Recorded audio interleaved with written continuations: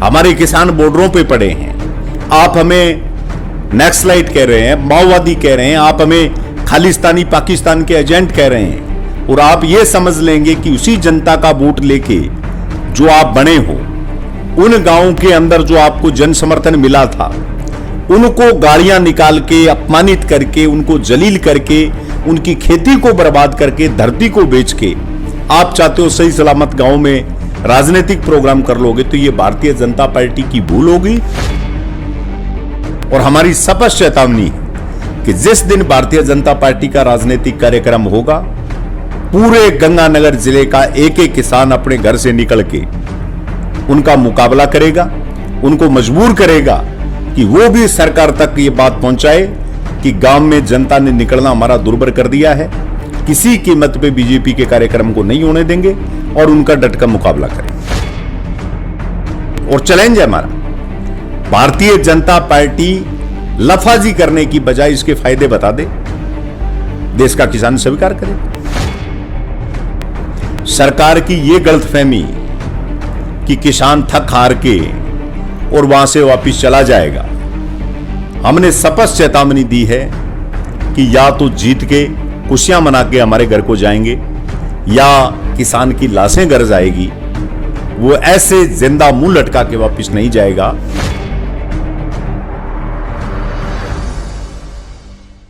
नमस्कार, मैं हूं बिट्टू राजपूत और आप देख रहे हैं सेकंड न्यूज। तो पिछले 8 महीनों से लगातार किसान आंदोलन हो रहा है पूरे देश भर से, चाहे वो टिकरी बॉर्डर हो या फिर सिंधु बॉर्डर हो, पूरे देश भर से किसान आंदोलन कर रहे हैं।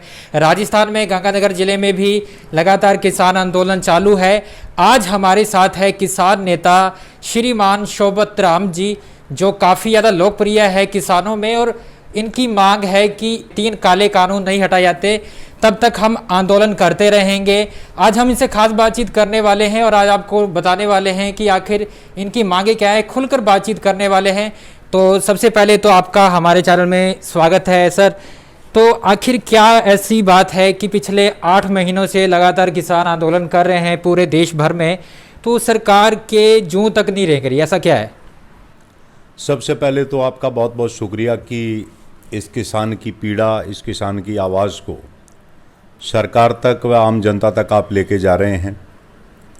पिछले कोविड के समय जब पूरे देश और दुनिया के अंदर लॉकडाउन था, जब देश में त्राही त्राही थी इलाज के सवाल को लेके, जब देश के अंदर सारे उद्योग धंधे ख़त्म हो गए, जब बेरोज़गारी दर बढ़ रही थी, जब लोगों के अंदर भूखमरी बढ़ रही थी, उस समय में सरकार जनता की मदद करने की बजाय 3 जून को हमारी कैबिनेट द्वारा जो 3 कृषि और उसकी उपज को लेके जो कानून लेके आए, उन कानूनों के अध्ययन के बाद तुरंत प्रभाव से पूरे देश भर के किसान संगठनों ने इस चीज़ को महसूस किया कि अगर ये कृषि बिल कानून का रूप अख्तियार करते हैं तो देश की खेती को और उस खेती से जुड़े हुए सारे कारोबार को ये बर्बाद कर देंगे। तुरंत प्रभाव से इसके लिए हमने संघर्ष की शुरुआत की। और ये नहीं है कि ये संघर्ष सिर्फ दिल्ली बॉर्डर पे जो 8 महीनों से चल रहा है वही संघर्ष है। इससे पूर्व में हमने राष्ट्रपति महोदय के नाम एसडीएम के मार्फत ज्ञापन भी भेजे, हमने प्रदर्शन जुलूस जलसे किए, बहुत बड़ी बड़ी ट्रैक्टर रैलियाँ हज़ारों की संख्या में हमारे ज़िले के अंदर ट्रैक्टर लेके, और हम एसडीएम के, नायब तहसीलदार के, कलेक्टर के कार्यालय पे गए कि सरकार किसान की, आम जनता की भावना को समझते हुए इन कानूनों को वापस ले।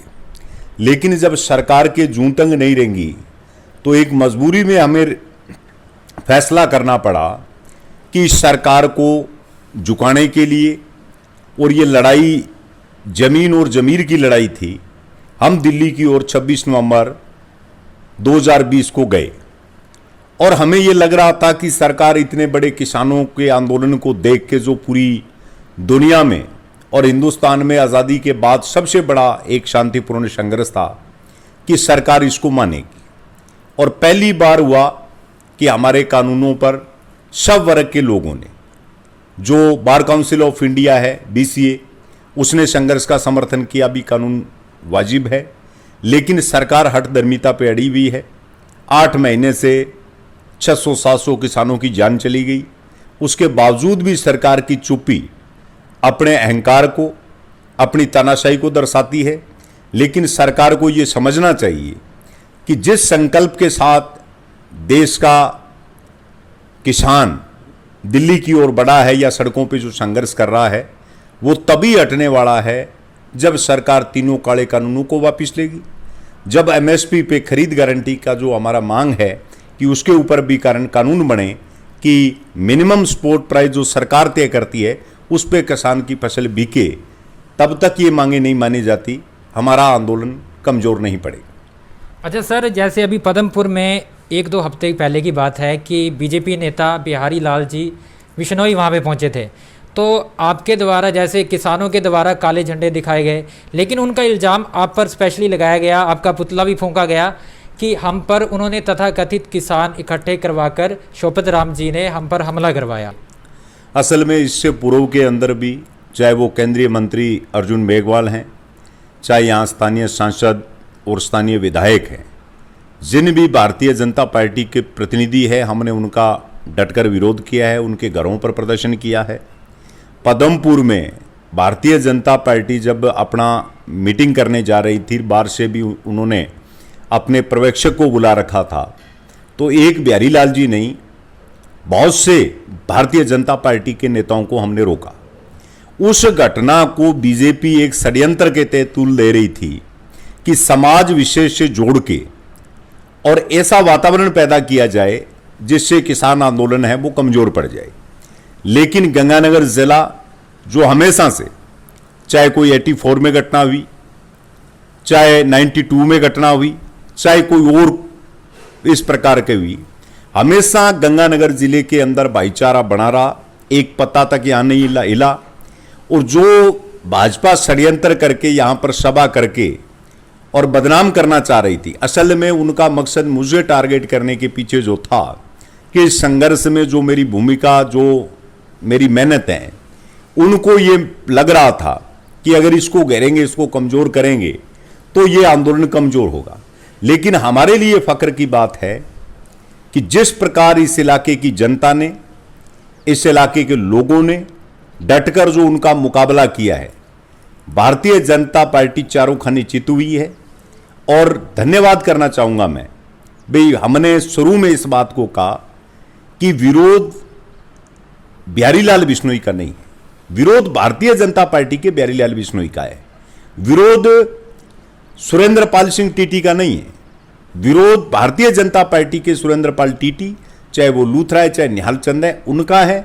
और भारतीय जनता पार्टी को स्पष्ट चेतावनी कि जब तक मांग नहीं मानी जाएगी, जब तक हमारे किसान जो शहीद हुए हैं, हमारे किसान बॉर्डरों पे पड़े हैं, आप हमें नक्सलाइट कह रहे हैं, माओवादी कह रहे हैं, आप हमें खालिस्तानी पाकिस्तान के एजेंट कह रहे हैं, और आप ये समझ लेंगे कि उसी जनता का वोट लेके जो आप बने हो, उन गांवों के अंदर जो आपको जन समर्थन मिला था, उनको गाड़ियां निकाल के, अपमानित करके, उनको जलील करके, उनकी खेती को बर्बाद करके, धरती को बेच के आप चाहते हो सही सलामत गांव में राजनीतिक प्रोग्राम कर लोगे, तो ये भारतीय जनता पार्टी की भूल होगी।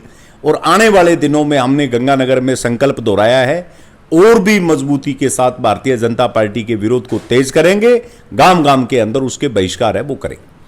तो आगे की रणनीति क्या है? जो बीजेपी के विधायक है या फिर कार्यकर्ता है, उनका यहाँ पर कोई भी प्रोग्राम नहीं होने देना है गंगानगर में? पदमपुर में हमारे संयुक्त किसान मोर्चे की जो सभा हुई है, उस सभा के अंदर हमने सर्वसम्मति से इस प्रस्ताव को पारित किया है। चाहे भारतीय जनता पार्टी का कितना भी बड़ा लीडर गंगानगर में अगर ये समझता है कि मैं अब जाके जो हालात बने हुए उनमें जाके अगर मीटिंग कर लूंगा, ये असंभव है। और हमारी स्पष्ट चेतावनी है कि जिस दिन भारतीय जनता पार्टी का राजनीतिक कार्यक्रम होगा, पूरे गंगानगर जिले का एक एक किसान अपने घर से निकल के उनका मुकाबला करेगा, उनको मजबूर करेगा कि वो भी सरकार तक ये बात पहुंचाए कि गांव में जनता ने निकलना हमारा दुर्बर कर दिया है, किसी कीमत पे बीजेपी के कार्यक्रम को नहीं होने देंगे और उनका डट कर मुकाबला करेंगे। अच्छा सर, ये एक बात बताइए कि जैसे पीएम मोदी जी लोकसभा में खड़े होकर कह रहे हैं कि भाई हमने कौन सा आप पर कानून थोपा है? कानून तो अगर थोपा गया है तो वो ऐसे होता है ना कि आपके पास कोई ऑप्शन नहीं होता है। हमने ऑप्शन दिया है कि या तो आप वहाँ पर जा सकते हो, आपकी मर्जी है, या फिर आप नहीं जा सकते। तो मोदी जी का ये कहना है कि ये हमारे हित में है, किसानों के हित में है, तो क्या कहेंगे?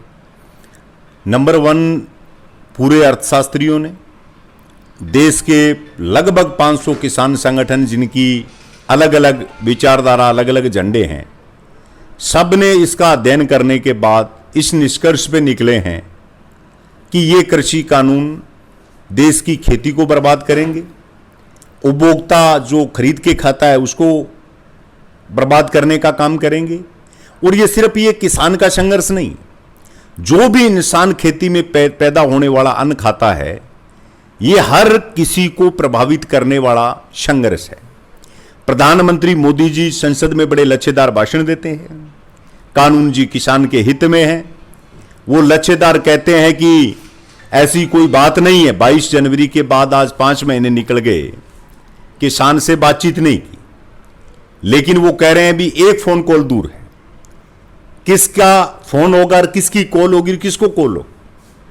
संयुक्त किसान मोर्चे ने बाकायदा चिट्ठी लिख के कहा कि सरकार इस बातचीत के क्रम को जारी करे और हमसे टेबल टॉक करे। अगर बीजेपी मोदी की सरकार इसका एक फायदा बता दे, अभी आप देखिए, 3 कानूनों में से एक का हम जो विरोध कर रहे हैं वो आवश्यक वस्तु अधिनियम 1955 के अंदर संशोधन है कि खाने पीने की जो चीज है उसकी जो स्टॉक लिमिट थी, सरकार कह रही है वो खत्म होगी। मर्जी आए कोल्ड स्टोरेज, मर्जी आए कोई कंपनी, कोई व्यापारी खाने पीने की चीजों का जितना चाहे उसका स्टॉक कर सकता है। हमने कहा कि अगर इस प्रकार के स्टॉक करेंगे कंपनियां तो वो कृत्रिम कमी पैदा करके महंगाई बढ़ाएंगे, जिससे आम आदमी का जीना दुर्भर हो जाएगा। और आज की डेट में जब हम चर्चा कर रहे हैं आपके साथ, पूरे देश भर में व्यापारियों ने मंडी बंद करवा रखी और उनकी मांग क्या है कि सरकार ने स्टॉक लिमिट हटा दीजिए, वो हटनी चाहिए। सरकार ने आलू पर भी जब उसके दाम ऊपर चले गए, जब कृत्रिम कमी पैदा करके आलू को 55 रुपए पहुंचा दिया, तब सरकार ने आलू पे वो है स्टॉक लिमिट लगाई थी। आज सरकार ने दाढ़ें आसमान छू रही है, गरीब आदमी, आम उपभोक्ता के लिए जीना दुर्भर है, तो उसके ऊपर स्टॉक लिमिट है वो लगाई है। तो यही हम सरकार को कह रहे हैं कि आप कह रहे हैं ऑप्शन क्या रहेगा? खाने पीने की चीजों के स्टॉक कंपनियां कर सकती है, यह कानून के अंदर है। ऑप्शन क्या रहेगा कि मंडी के बाहर एक मंडी, एक प्राइवेट मंडी, सिर्फ पैन कार्ड पे मंडी, और उस मंडी के अंदर भी खरीदारियां होगी, उस पर टैक्स नहीं होगा। तो स्वाभाविक बात है कि जो हमारी कृषि उपज मंडियां, एपीएमसी एक्ट बना हुआ था, स्थापित मंडियां थी, जहां कृषि के जो उपज है उसमें बोली लग के किसान को कुछ राहत मिलती थी, वो मंडियां धीरे धीरे खत्म हो जाएगी, उन मंडियों की कोई उपयोगिता नहीं रहेगी। हमारा कहना है कि उस समय में जब मंडी नहीं रहेगी तो प्राइवेट मंडी के अंदर किसान को औने पौने दाम के अंदर लूटा जाएगा। उदाहरण है, बिहार में एपीएमसी एक्ट खत्म हो गया, मक्का 1800 के करीब उसका एमएसपी है, बिहार के किसान ने 600-700 रुपए मक्का बेचा है। 1000 से लेके 1200 रुपए तक एक क्विंटल में किसान को वहां पर नुकसान उठाना पड़ा है। इसलिए इसके अंदर यह नहीं है कि हमको ऑप्शन है जी, हम करें तो ठीक, न करें तो ठीक। ये खेती और कारोबार को, खेती से जुड़े हुए सारे बड़ी कॉरपोरेट घरानों को सौंपना चाहते हैं, बड़ी कंपनियों को सौंपना चाहते हैं। और अगर कृषि और उपज उनके हाथ के अंदर चली गई तो किसान के साथ साथ आम उपभोक्ता, आम देश की जनता है, वो भी बर्बादी के रास्ते पे जाएगी। इस चीज को महसूस करते हुए हमने इसको रखा है। और हमने कहा है, तोमर साहब कृषि मंत्री जब हमारे डेलीगेशन के साथ बातचीत कर रहे थे, हम 3 मीटिंग में लगातार उनको यह बताते रहे भी इनमें खामियां क्या है। और उसके बाद में हमने बताया भी, हम बता रहे हैं कि अगर ये लागू, इसके नतीजे क्या होंगे। सरकार एक जवाब नहीं दे पाई। और चैलेंज है हमारा, भारतीय जनता पार्टी लफाजी करने की बजाय इसके फायदे बता दे, देश का किसान स्वीकार करेगा, लेकिन है इसमें कुछ नहीं। और ये हमारा आरोप है कि ये संविधान का भी उल्लंघन है। कृषि स्टेट का सब्जेक्ट थी, कैसे सरकार को जरूरत पड़ी? अरे देश का अन्नदाता किसान तो मंदसौर की घटना के बाद लगातार आपके 2 दिन दिल्ली में पार्लियामेंट के सामने किसान पार्लियामेंट आयोजित की, बहुत बड़े बड़े कार्यक्रम आयोजित किए कि आप स्वामीनाथन आयोग जो बनाए उसकी सिफारिश को लागू करके किसान को फसल के उचित दाम दीजिए। उसको करने की बजाय आप ये 3 कानून खेती को बर्बाद करने के लिए लाए हैं। निश्चित तौर पर विरोध होगा, डटकर इसका विरोध होगा। सर, जैसे अभी आप जो भी बातें बता रहे थे, इन सभी को साइड में रखकर सरकार हमेशा यही बात करती है कि इसमें विपक्ष का हाथ है, विपक्ष भय पैदा करके किसानों को गलत राह पे चलाना है, आंदोलन स्टार्ट करवा दिया है। क्या कहेंगे इस पर? लगातार सरकार इस आंदोलन को पहले तो किसी मजहब के नाम कह रही थी कि ये देश को बांटने वाली ताकतें हैं, फिर ये कांग्रेस, कम्युनिस्ट, विपक्ष के प्रायोजित आंदोलन इसको बताया। लेकिन ये इतना पवित्र आंदोलन है कि आप अगर सिंगू और टिकरी बॉर्डर पे जहां मोर्चे लगे हैं वहां पर जाओगे तो किसी भी राजनीतिक पार्टी से जुड़े हुए नेता को मंच पे चढ़ने की अनुमति नहीं, स्पष्ट हमने कहा। और ये धरातल पे आप देख भी रहे हैं कि कांग्रेस देश की सबसे बड़ी विपक्षी पार्टी, वो पार्टी इस आंदोलन का समर्थन इसलिए कर रही है कि बीजेपी का विरोध हो रहा है, इसलिए अपने जनता को राजी करने के लिए इसका कर दें। एक बार जब संघर्ष तेज हुआ, कुछ व्यक्तिगत तौर पर कांग्रेसी नेता भी उसमें शरीक हो गए, लेकिन जो भूमिका विपक्ष को अदा करनी थी, हमारे मंच पे राजनीतिक नेताओं का जाने का प्रतिबंध है टीकू और सिंगरी पर, लेकिन हमने राजनीतिक पार्टियों से यह निवेदन किया कि ये राजनीति का किया धरा है, इसका समाधान भी राजनीतिक के पास ही है कि पार्लियामेंट में आप हल्ले करने की बजाय विपक्ष, अभी कल ही सेशन शुरू हुआ है, सभी हमने विपक्ष के लोगों को चेतावनी पत्र दिए हैं कि आप उसमें हल्ला करने की बजाय किसानों के पक्ष को सामने रखिए और इस पर बहस करवा के सरकार को मजबूर करिए कि सरकार कानून की वापसी करे, सरकार एमएसपी के ऊपर बढ़ाए। इसलिए ये आरोप लगातार ये लगते रहना कि जी ये तो चुनाव के लिए कर रहे हैं, ये तो जी चीन से फंडिंग है, पाकिस्तान से फंडिंग है, कनाडा से इनके पास इतना कुछ आता है और इनके पीछे कांग्रेस है। असल में कांग्रेस के लोगों में ईमानदारी होती तो चाहे हमारे मोर्चों पर जाने पर इनका प्रतिबंध है, सड़कें और भी बहुत है दिल्ली में, आगरा बड़ा खुला हुआ है। कांग्रेसी और विपक्ष के लोग अगर किसान के हितैषी हैं और उनका धर्म निभाना चाहते हैं किसानी का, उस रास्ते को वो भी अपने झंडे डंडे ले जाके रोक सकते हैं, लेकिन उनकी आज मजबूरियां हैं कि वो किसान आंदोलन के समर्थन में कर रहे हैं। किसान आंदोलन पूरी तरीके से 500 अलग अलग जथेबंदियों का एक समूह है, उसकी एक कमेटी है, उसी के नेतृत्व में सभी लोगों की सलाह मशवरे से ये आंदोलन चलता। सर, अब आगे की रणनीति क्या रहेगी? हमें पता है कि सरकार हमारी बात मानने को अभी तक तैयार नहीं है और ना ही बात करने को तैयार है, तो आगे क्या रणनीति बनाई गई है, क्या करेंगे आगे के लिए? संयुक्त किसान मोर्चे की सर्वोच्च कमेटी इसके बारे में आगे फैसला करेगी और पिछले दिनों सिंगू पे जो हमारी मीटिंग हुई है, उस मीटिंग के अंदर एक प्रस्ताव चर्चा आई है कि हमें दिल्ली कूच की ओर कार्यक्रम बढ़ाना चाहिए।